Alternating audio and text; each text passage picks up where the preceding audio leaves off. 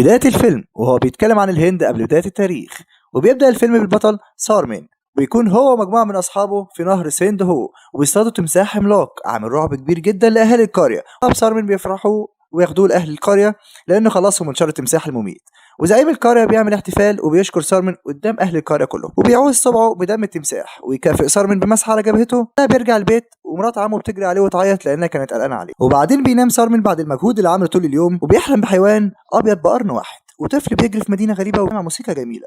وبيصحى من النوم بيسمع مرات عمه بتلحن نفس الموسيقى اللي كانت في الحلم، فبيروح لها بيقول لها ده نفس الموسيقى اللي كنت بحلم بيها، وبيحكي لها الحلم وبتكون هي عارفة تفسير الحلم وبتخبي عليه وتبص له بقلق كده. بعدين بيروح سارمين لعمه اللي بيكون شغال في الزراعة، بيطلب منه يروح يتاجر بداله في مدينة موهانجي دارو، لكن عمه بيكون رافض الفكرة نهائي. فسارمين بيتضايق ويروح لصديقه هيكشو وبيكون غضبان من عمه. وبالليل بيجهز سارمين البضاعة وبيكون عاوز يسافر بيها موهانجي دارو من غير إذن عمه، لكن عمه بيشوفه بيعرف إن سارمين مصمم على السفر فبيوافق إنه يروح يتاجر. وعمه بيديله سلسلة وبيقول له ما تستخدمهاش، هيكون الوضع بين الحياة والموت، وبيحذره ان التعامل مع الناس هناك هيكون صعب وانه هيقابل ناس اشرار. وبيفرح سارمين وبيمشي مع قافله اللي متجهه لموهانجي دارو اللي كان طول عمره نفسه يروحها. واول ما بيوصلوا بيكون مبهور جدا بالمدينه، وهو داخل بيشوف رسمه ل5 حيوانات بيكون من ضمنهم الحيوان اللي كان بيشوفه في احلامه. وقائد القافله بيقول له ان ده رمز المدينه، وان المدينه متقسمه لجزئين، الجزء الاول العلوي وده بيعيش فيه الاغنياء والحكام، والجزء السفلي اللي بيعيش فيه عامه الشعب. وفجأة هما على باب المدينة بيظهر لهم واحد مجنون وبيفضل يصرخ ويقول لسارمين ايه اللي جابك هنا؟ ارجع تاني، المدينة مليانة بالشر والظلم والجشع، امشي من هنا يا ابني بدل ما تموت. الراجل بيأثر في سارمين وبيقلع سارمين شال كان لابسه بيدهون، والحارس بيقول لسارمين ان ده كان واحد من مؤسسي المدينة وكان عضو في مجلس الشيوخ، وبيدخلوا السوق وبيختاروا مكان يحط فيه البضاعة بتاعتهم.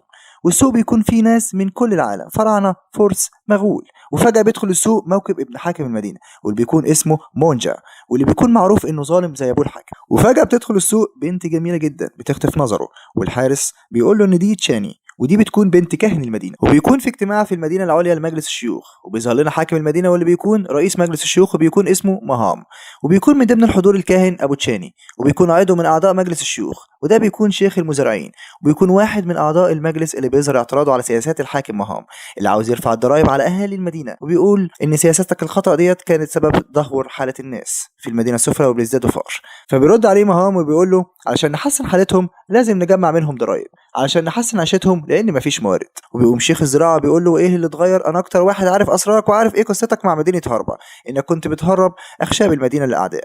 فمونجا ابن الحاكم بيهدد شيخ المزارعين ويقول له يقعد، وبيعملوا استفتاء على زيادة الضرائب وبيوافق الجميع على زيادة الضرائب خوفا من مهام. الا شيخ المزارعين اللي بيعترضوا بيرفضوا. بعد انتهاء الاجتماع والكل بيمشي مهام بيقول لشيخ المزارعين استنى، وبعد ما الكل بيطلع بيقتله علشان يخفي تاريخه الاسود، وابن مونجا بيقتل المرافقين ليه علشان السر يموت معاه. وبيطلع سارمين السلسله اللي اداها له عمه وبيوريها لحراس البوابه، فبيدخل وبيعجب سارمين بجمال المدينه العليا. وبالصدفه الكاهن وبنته بيكونوا ماشيين في المدينه، والخيول بتتفك من مكانها وبتجري باتجاه تشاني وكانت هتموتها، لكن سارمين اول ما بيشوف كده بيجري على الخيل وبيوقفهم قبل ما يقتلوا تشاني وبينقذها من الموت. ووقتها بتعجب بسارمين وتشيل الوشاح بتاعه من على الارض وتديهوله بتشكره وبتفضل تبص له. وبيجي والدها الكاهن وبيشكره انه انقذ بنته من الموت، وبيعرفوا سارمين انه تاجر غريب مش من المدينه. وتاني يوم سارمين بيروح المعبد علشان يشوف تشاني، لكن بيلاقي الكاهن هو اللي هناك، وبيشوف وحيد القرن كان منحوت على الجدار. بيطلع السلسله اللي معاه بيوريها للكاهن وبيحكي له عن احلامه، والكاهن بيقول له انت جبت السلسله دي منين؟ فبيرد سارمين جبتها من عمي. فبيساله الكاهن عمك ده اسمه ايه؟ بيرد سارمين عمي اسمه دورجان. فبيساله الكاهن وابوك اسمه ايه؟ فبيرد سارمين وبيقول له اسمه سارجن لكنه مات وهو صغير. فبيتفاجئ الكاهن وبيظهر انه بيعرف سر عن ابو سارمين. وفجاه بتيجي تشاني المعبد وبتشوف سارمين وبيشوفها وهو خارج بيضحك لها وبتضحك له. وهو في طريقه للسوق بيشوف سارمين الناس بتجري، فبيروح وراهم وهناك بيلاقي شيخ الزراعه والناس اللي معاه مقتولين ومتعلقين واهلهم بيكونوا بيبقوا عليهم يا عيني. وبيعرف سارمين ان قتلهم الحاكم، فبيتضايق جدا لانه بيكون اول مره في حياته وبيشوف ناس مقتولين. وبيقول للحارس المفروض انتوا بتحموا الناس ليه ما دفعتش عنهم؟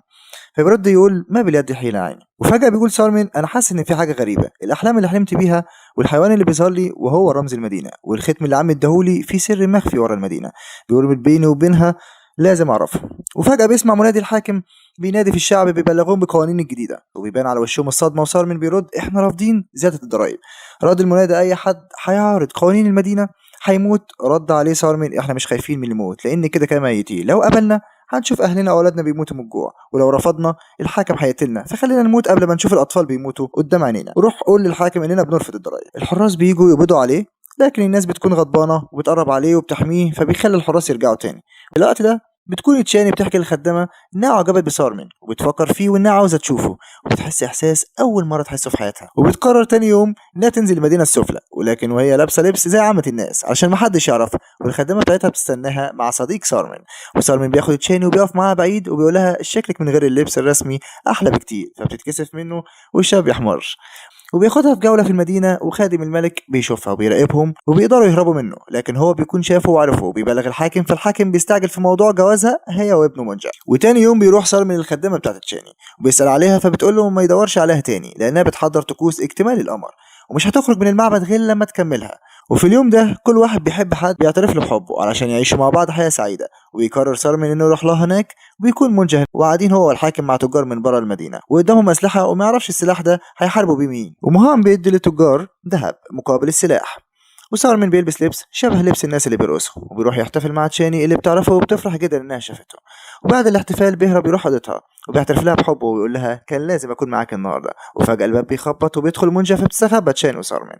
ومنجه بينادي عليها فبتقول له انها بتغير هدومها، وبيخرج سارمن وبيستغل الموقف ويبوسها، فتشاني بتقول له ما ينفعش تعمل كده لانها زوجة منجه المستقبليه. وبتقول له ان امي ماتت وهي بتولدني، وده يعتبر نذير شؤم في المدينه، قال انها هيكون لها شأن عظيم في مهنج داره وهغير مستقبل المدينه. ولما مهام عرف كده راح لوالد الكاهن وخطبني منه. وصار من اول ما سمع كده ضحك وقال لها الوضع ده هيتغير. وفجأة الباب بيخبط، فبيخرج صار من الباب الخلفي وبيقابل منجه في وشه، فبيعمل انه واحد من الفرقه الموسيقيه ويسيبه يمشي. وتاني يوم بيروح مهام وابنه المعبد وبيقول للحاكم ان الطقوس الكباريه خلصت وان هم لازم يجوزوا منجه لتشاني، وبعدها بيومين يكون حفل زفاف. وفعلا بيجهزوا مراسم الجواز. وصار من بيسمع وبيروح لها يوم الزفاف وبيقول لها انت نسيت اتفقنا؟ قالت له انت جيت لي النهارده فرحي. قال لها ازاي ده، انا متاكد انك مش بتحبيه وبتحبيني انا.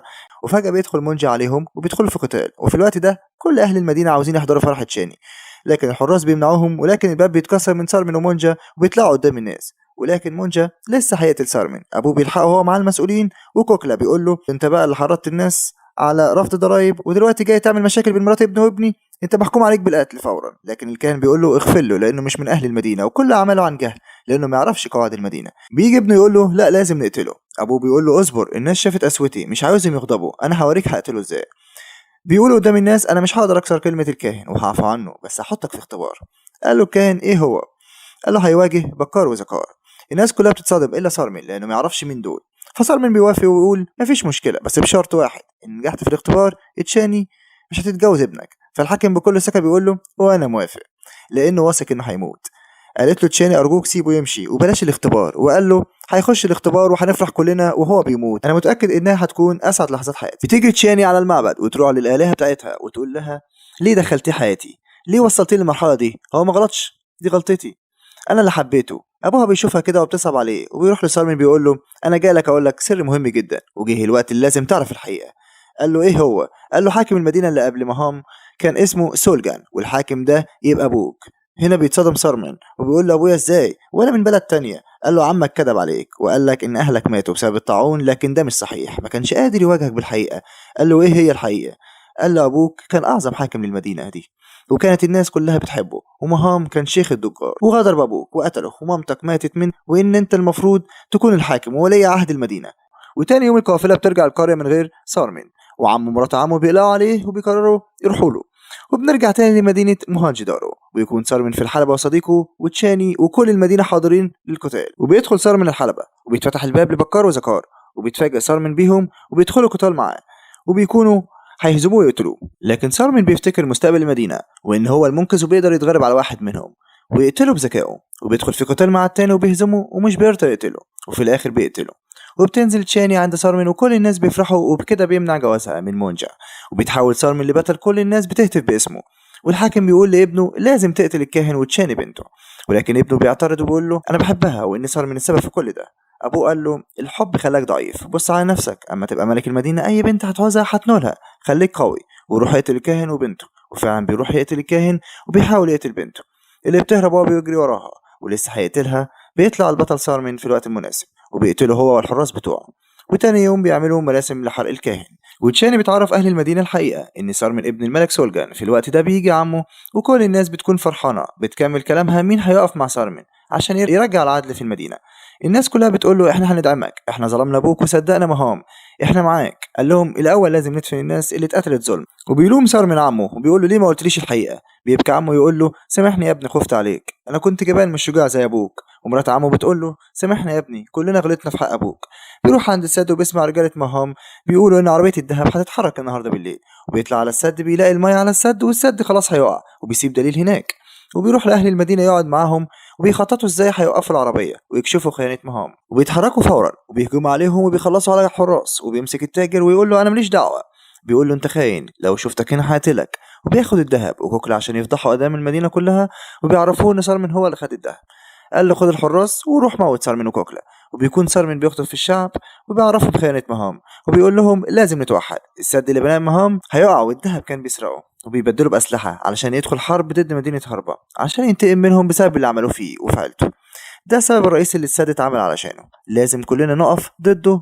والشعب كله بيهتف وبيدعمه، ولكن حراس مهام بيجوا يقتلوا كوكلا. وبعدها الشعب كله بيروح قصر مهام وسارمن بيضرب مهام قدام الناس كلها ومفيش حد بيدافع عنه. وعمه بيقف في مجلس الشيوخ وبيقول اللي بيأيد سارمن يرفع ايده. الكل بيرفع ايده وبيعلنوا سارمن حاكم المدينة. وسارمن بيحكم على مهام بالموت وفعلا بياخدوه بيربطوه في شجرة. والناس بيلاقوا ان السد هيتهد بيجروا سارمن وبيبلغوه. وسارمن بيقول لهم ما تخافوش احنا لازم نسيب المدينة فورا لان المية هتغرق المدينة كلها. هاتوا كل حاجاتكم بقى على معمل طريق نهرب منه لان مفيش وقت. وبيقول سارمن لمهام انت هتشوف نتيجة افعالك. وبيقول له خدني معاك وبيسيبه يمشي. ويجمع سارمن اهل المدينة وبيشرح لهم خطة الهروب. وبيطلب منهم اكبر كمية واكبر كمية اخشاب. وبيحتاج منهم يجيبوا المراكب ويبداوا ينفذوا الخطة. وبيحاول مهام يفك الحبل وبيربط الحبال في المراكب والكل بيشد الحبال. ورغم صعوبة الجو بيقدروا يثبتوا الكوبري وكل الناس بتبدأ تعدي وتهرب. في اللحظة الأخيرة المية بتلحقه بيغرق وبيقع في المية والكل بيقلق عليه. لكن هو بيخرج من المية والمية بتغرق المدينة كلها. ولكن سارمن بيطمن الناس وبيقول لهم ما تقلقوش. وفجأة بيظهر وحيد القرن الأبيض قدام سارمن اللي كان دايما بيشوفه في أحلامه.